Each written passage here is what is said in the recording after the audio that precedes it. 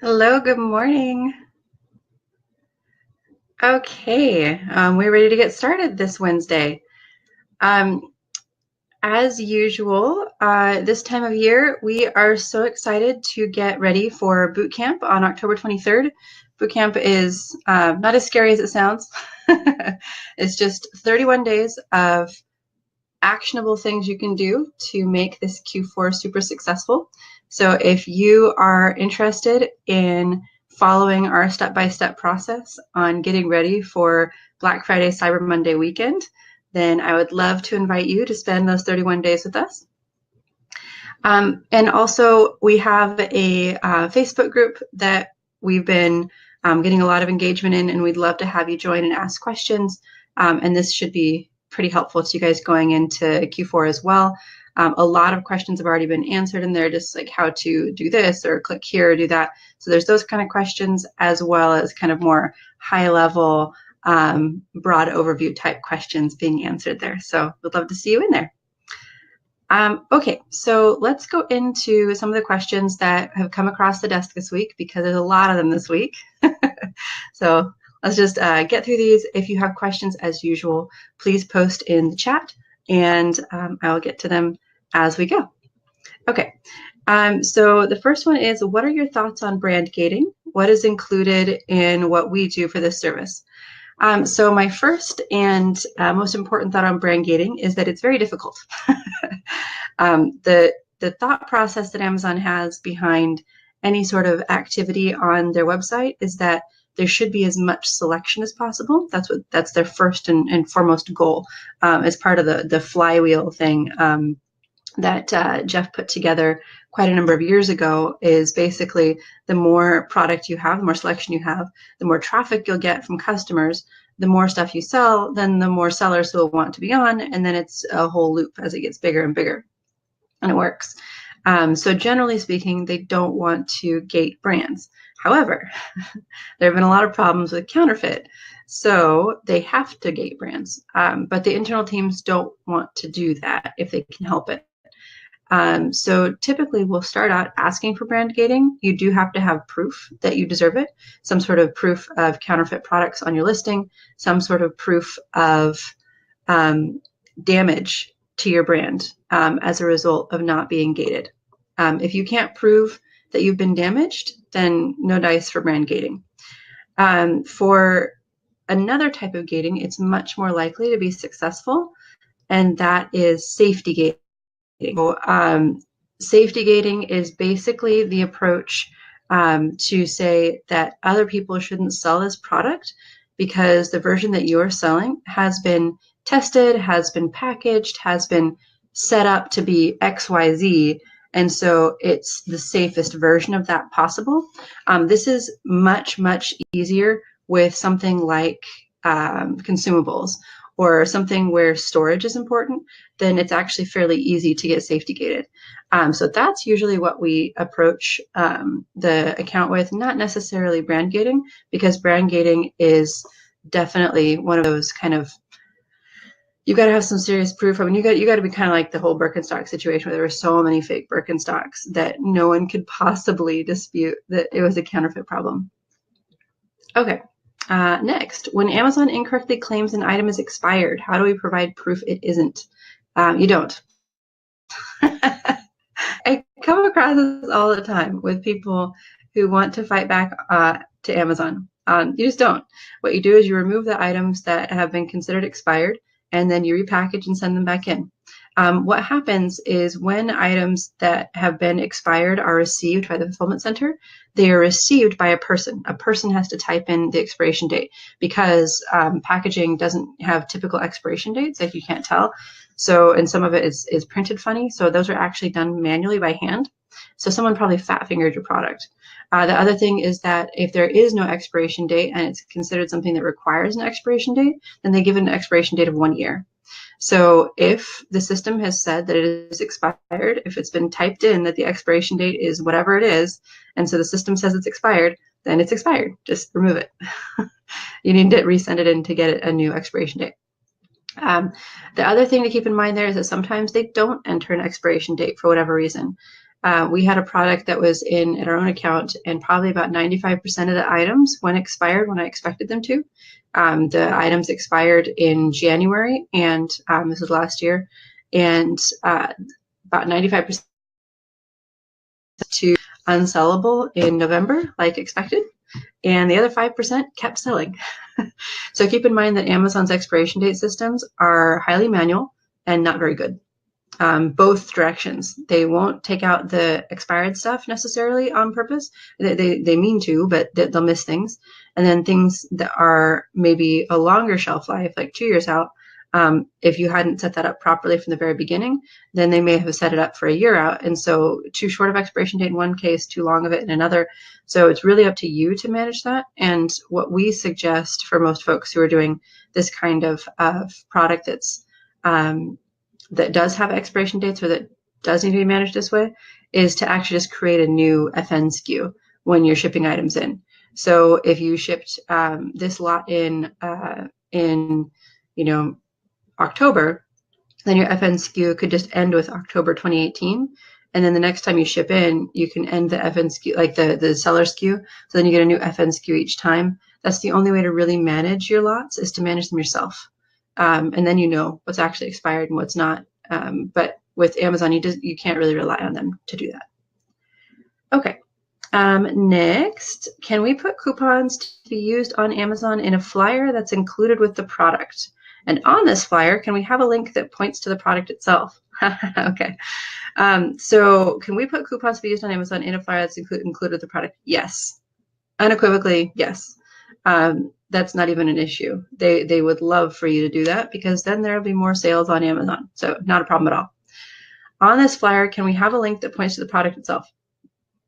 If you're talking about a product on Amazon, yes, that's totally cool. Now, better, of course, is to your storefront. Then they can see the other things that you offer as well. But as long as the link is to Amazon, then you're good. Now, here's the thing that's interesting. If you are a brand owner and you have your own website, then you can put your website all over your stuff. No problem at all. FTC regulations actually say that you need to put your website on it if you don't have your street address. So you absolutely can and should put your website all over your stuff. What you can't do is you can't say, here's a coupon for our website. If you're going to put in a coupon, then you're going to need to make sure that the coupon is for sale on Amazon. Now, if someone accidentally goes to your website, you should make sure that the coupons you issue for Amazon also work on your website, because you want to make sure that you get that sale in case someone decides to go to your website. Okay. Lee asks, can you explain how to have listings merged?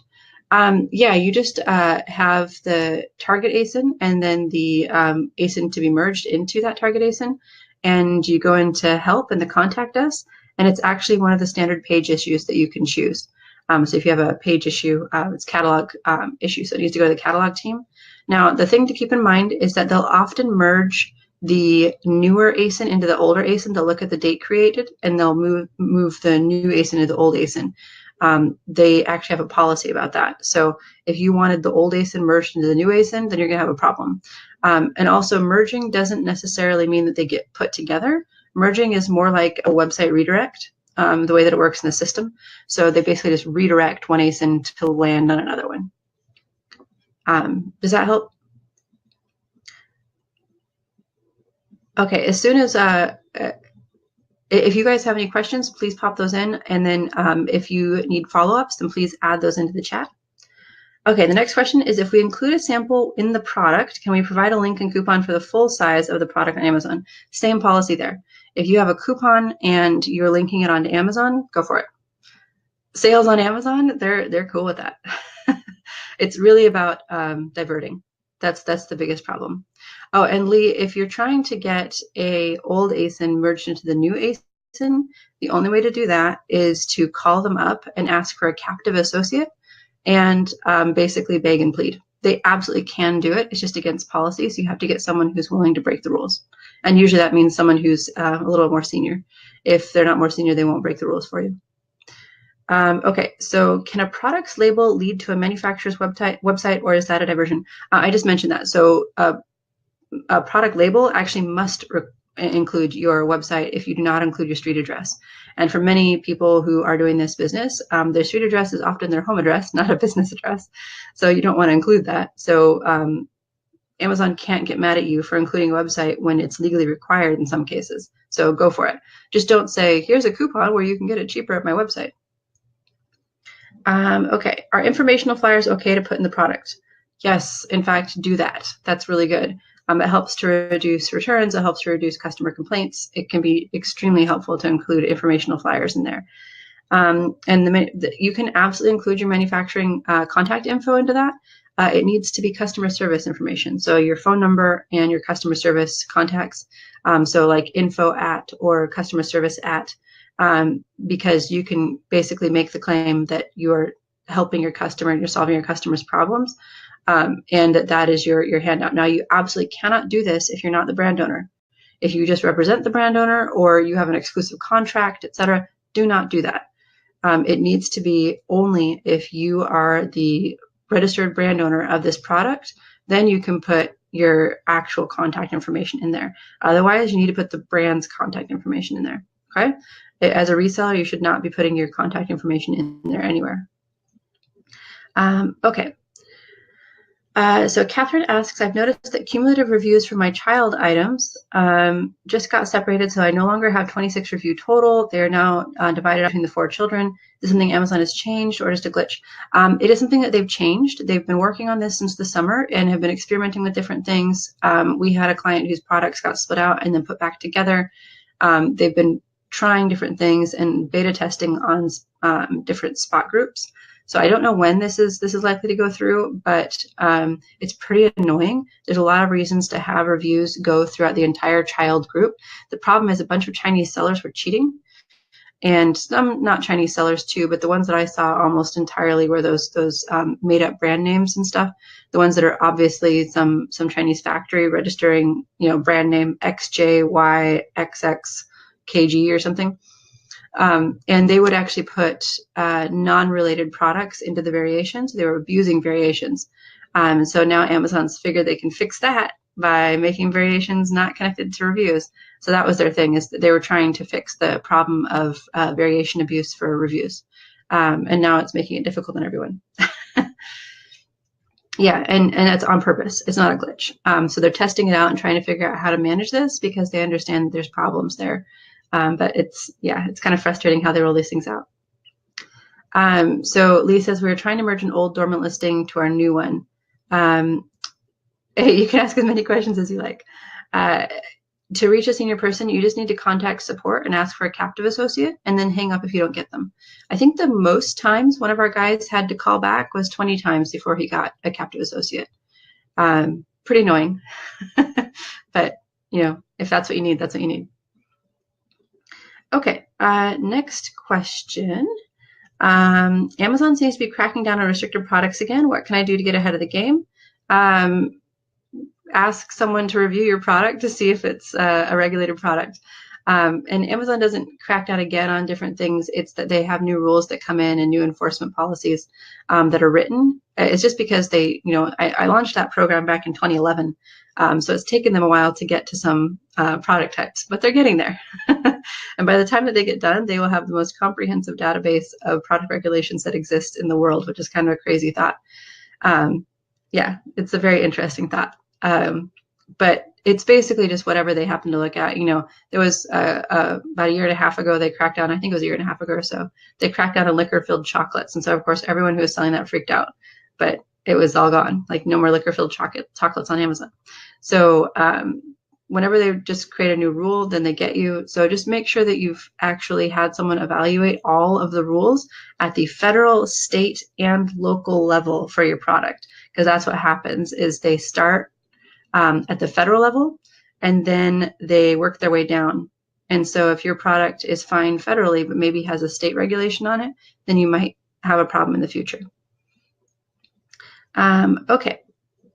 So Tracy says, what does it mean if someone tries to leave a review and it says this product cannot receive reviews at this time? It means you've been blacklisted by the product review team, that ASIN is no longer possible to get reviews.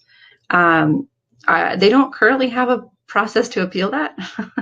They just blacklist things and you get to deal with it. A lot of people have said that it's easier just to start over. than to try to fight them on this, because you can't reverse their decision right now. I'm sure they'll eventually create an appeal process, but right now there isn't one.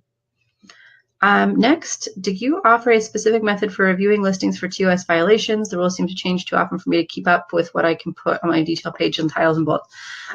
Yeah, so this one is kind of an interesting one, because it depends on your category. If you're in a category where there's medical claims or anything like that, well then, yeah, of course. I mean, there's a lot of things that you have to be careful of, and even things like saying that irritable bowel syndrome is relieved can be a problem because it's making a medical claim. And so, yeah, we absolutely do that. Suzanne, who does a lot of this work, is just phenomenally detailed and really is great at picking apart a listing and saying, here's what I would do, here's what I would do. And she used to work in compliance, of course, at Amazon. Let's see. Do you have any advice on effective reviews that you can share? Or is this a proprietary methodology you only use with clients? We do have a few things that we only use with clients. That is true. But there are a few things that you can do for doing effective review requests. And it looks like it's glitching a bit. Just let me know if you guys can hear me okay.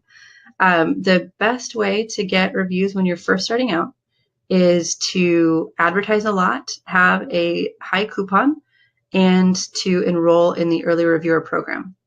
I say to enroll in the early reviewer program because that is an Amazon approved reviewer program, and so they won't take those away.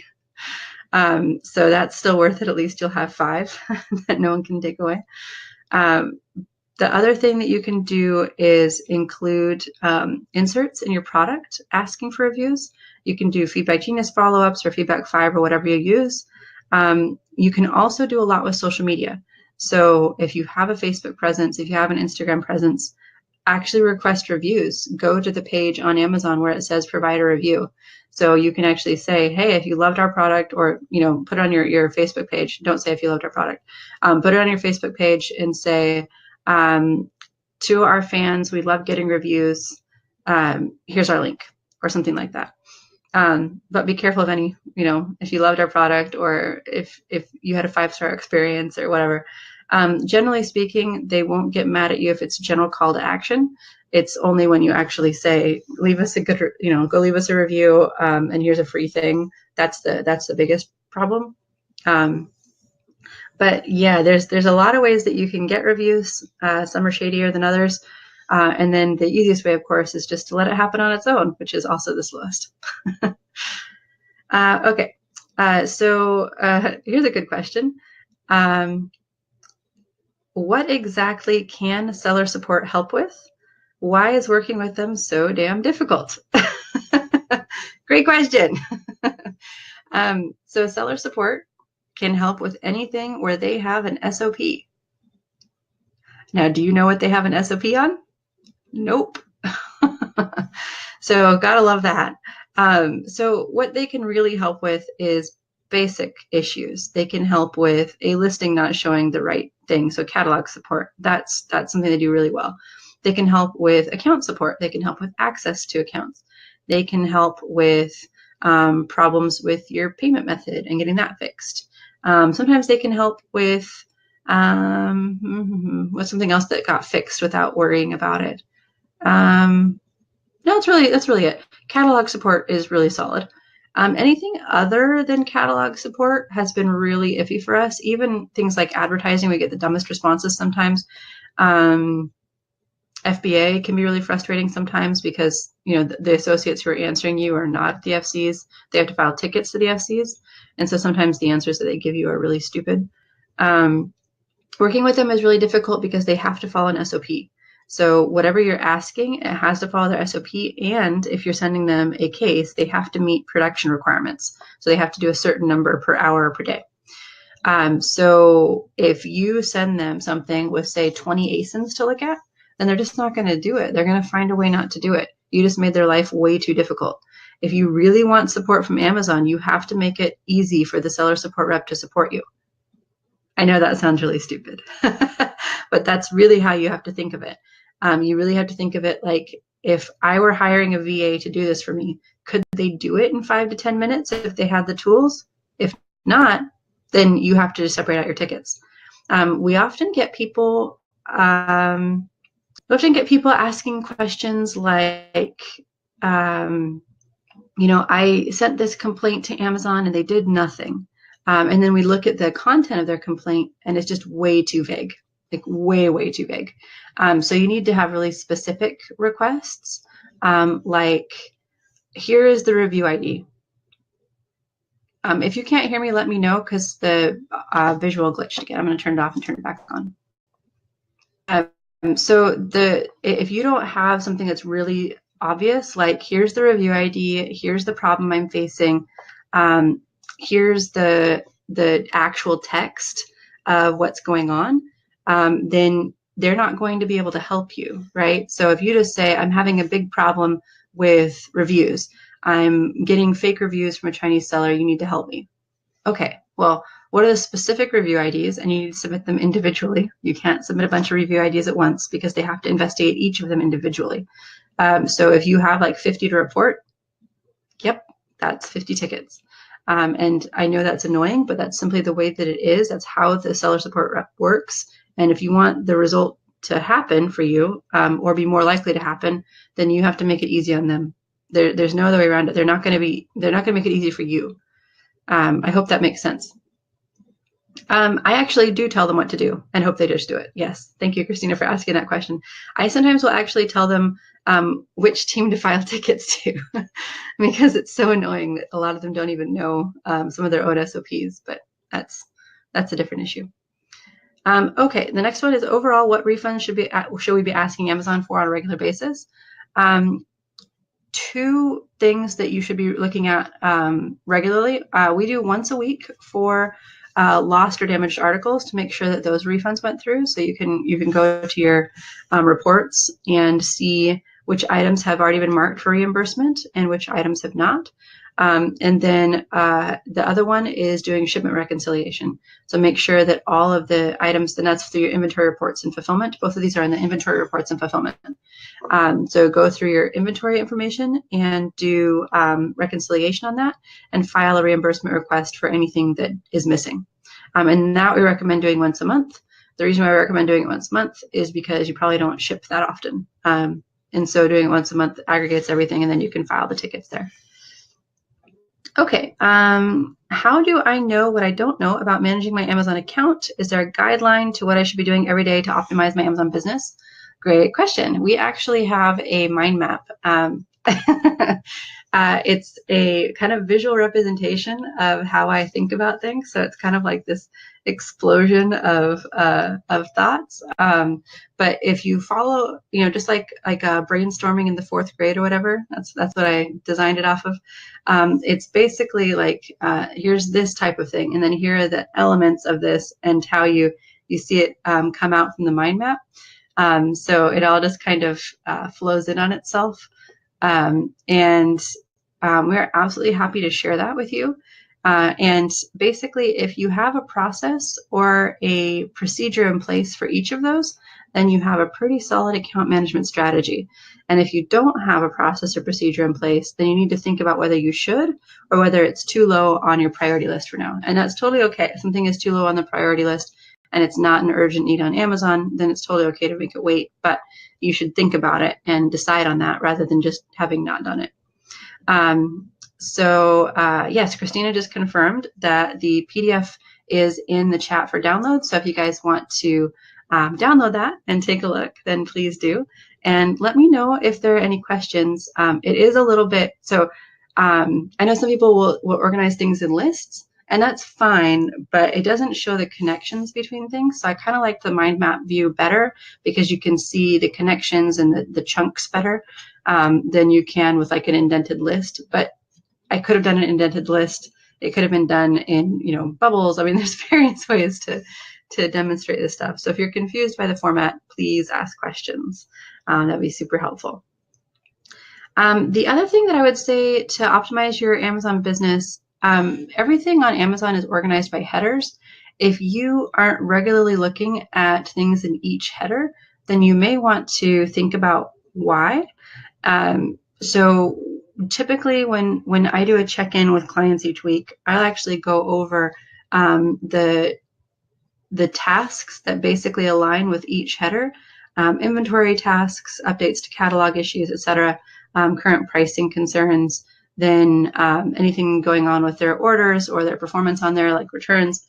That is a weekly report that goes out to clients. Then anything to do with the storefront, anything to do with advertising or coupons or enhanced content. Then we go over the reports, the business reports, and then any sort of performance issues. And literally, I just go through it in those chunks because that's the simplest way to keep everyone updated on what's going on. I mean, it's comprehensive, right? And so if you have any questions about that, or you are like, I never use this tab, what's it for? Or I never use this report, what's it for? Amazon has those reports because they think they're helpful to you, that they use those reports for things. So if you're not using a report, then it may be giving you information that could be helpful to you and you may not be aware. So please definitely feel free to reach out and ask questions on that. I'm happy to provide feedback. Okay, so that was a lot of questions that came through Christina's desk this week. So lots of Q&A there. If you have anything come up that you wish you had asked, again, our Facebook group is in the chat section, so you can go click and join that. And again, as usual, we are here all week. This is the busiest time of year for everybody. Oh, in the Facebook group, I typically will go in there and answer all pending questions on Tuesdays and Fridays. So if you have a question where you're like, hey, I haven't gotten an answer and it's a Wednesday, then you will get an answer by Friday. So I do that so that I can block off my time. I manage my days with chunks and very, very carefully organized on my calendar. So that way I can actually get to all the stuff that needs to be done eventually. If there are emails that are sent, typically what we'll do is we'll put them into the Facebook group. So it's actually faster to just post in the Facebook group because that takes time for us to receive the email, to process it, put it in the Facebook group, etc. So if you just have a general question, then we'd much prefer it go in the Facebook group. Okay. And as usual, again, we have the bootcamp that's starting on the 23rd. And I would love to have you guys there. Again, it's a step-by-step, each day, one thing that you can implement to have an awesome Q4. And we'll be talking about automated pricing, coupons. We'll be talking about how to use advertising reports to update your titles and your bullets, where to update your titles and your bullets. We'll be talking about how to use your advertising reports to improve your advertising and to do kind of more advanced strategies than what we talked about in the challenge last week. We'll be talking about storefronts and enhanced brand content. We'll be talking about using social media promotions, basically all of the things that can make your holiday successful. That's what we'll be talking about. And so if you don't have a Facebook page, cool. We actually have a day just for that, for setting up your Facebook page so that you know how to do this. And it's just a how-to guide, where to click, how to do it, what you should do. And we actually have an absolutely awesome designer that we work with. So if you don't have a designer and you feel uncomfortable trying to find somebody on Fiverr or Upwork, then I'll just give you Allie's direct information and she can help you make that happen. She does all of our stuff for our headers on Facebook and for handouts. As long as I get them to her in time, I will not make Allie take credit for my follow-up emails on the challenge. I did those myself. Those are mostly plain text, but she's the one who does a lot of our design work, and so she can help you with a insert card. She can help you with anything that you need digitally online, add creatives and stuff. Pretty amazing. So. And if you don't have someone who can do that for you, then you definitely want to find someone. So if you've already got someone, awesome. But you need an Allie. is the bottom line. Okay, so that is it for today. If you have any questions, again, please feel free to post in our Facebook group, and I will get to them by Friday. And thank you all for joining me early this morning, for those of you on the West Coast, and in the middle of your morning for those of you elsewhere, or where Christina is late in the afternoon. All right, thanks everybody. Have a great day.